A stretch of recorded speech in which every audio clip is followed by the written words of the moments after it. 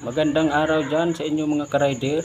So ngayon pag-usapan natin kung anong purpose ng halamang ito at saan ito pwede gagamitin. Ito ang halaman ay panggagamot ito.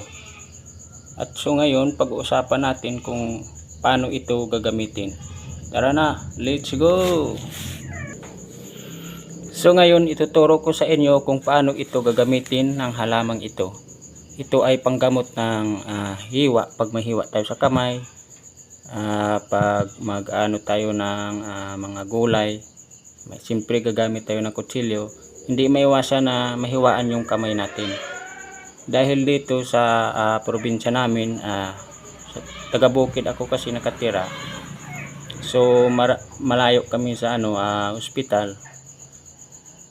Pag nahihiwaan ng kamay namin, ito talaga ang kinukuha namin. Yan o.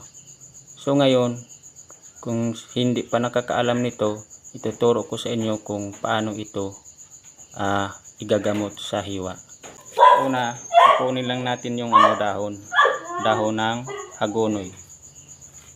Hagonoy ito tawag sa amin. Iwan ko sa inyo dyan kung anong tawag nyo.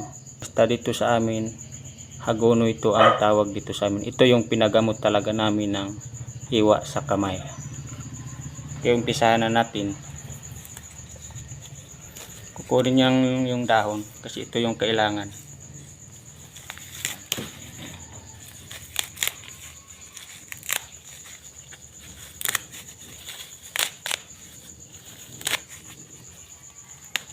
And then ito, dikdikin nyo to ng maigi. Didikdikin nyo. Kukuha kayo ng yan, kahoy. And then kukuha kayo ng batol. Yan. Didikdikin nyo to lang maigi. Kakatas ito kasi. Yan.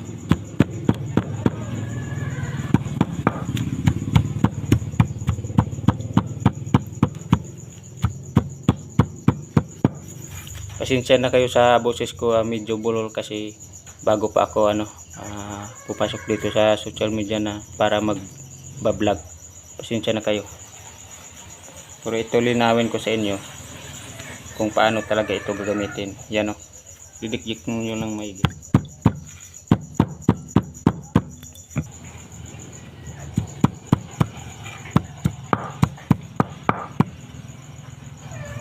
Ito yung ginagamot sa mga lolo namin. Kaya kami naman ay sumunod lang sa kanila. Ganitong ginagamot nila pag may hiwa sila sa kamay. Gumagamit palagi dito ng itak. Kaya hindi talaga maiwasan na mahiwaan yung kamay natin. Ito kakatas na to.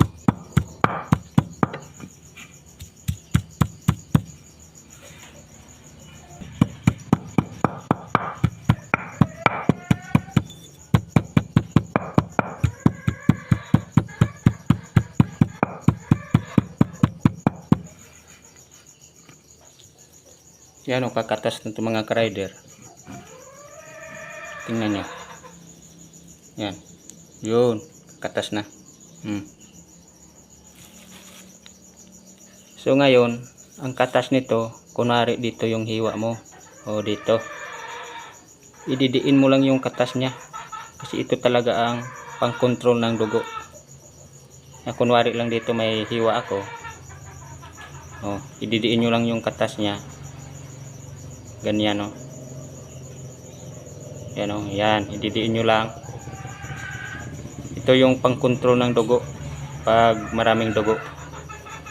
Yan. Ididiin nyo lang yan. Dyan. Ganyan. And then, pagkatapos, gaganon nyo to. Para pang tapal sa hiwa nyo. Para hindi na tuloy-tuloy yung dugo niya. Yan o.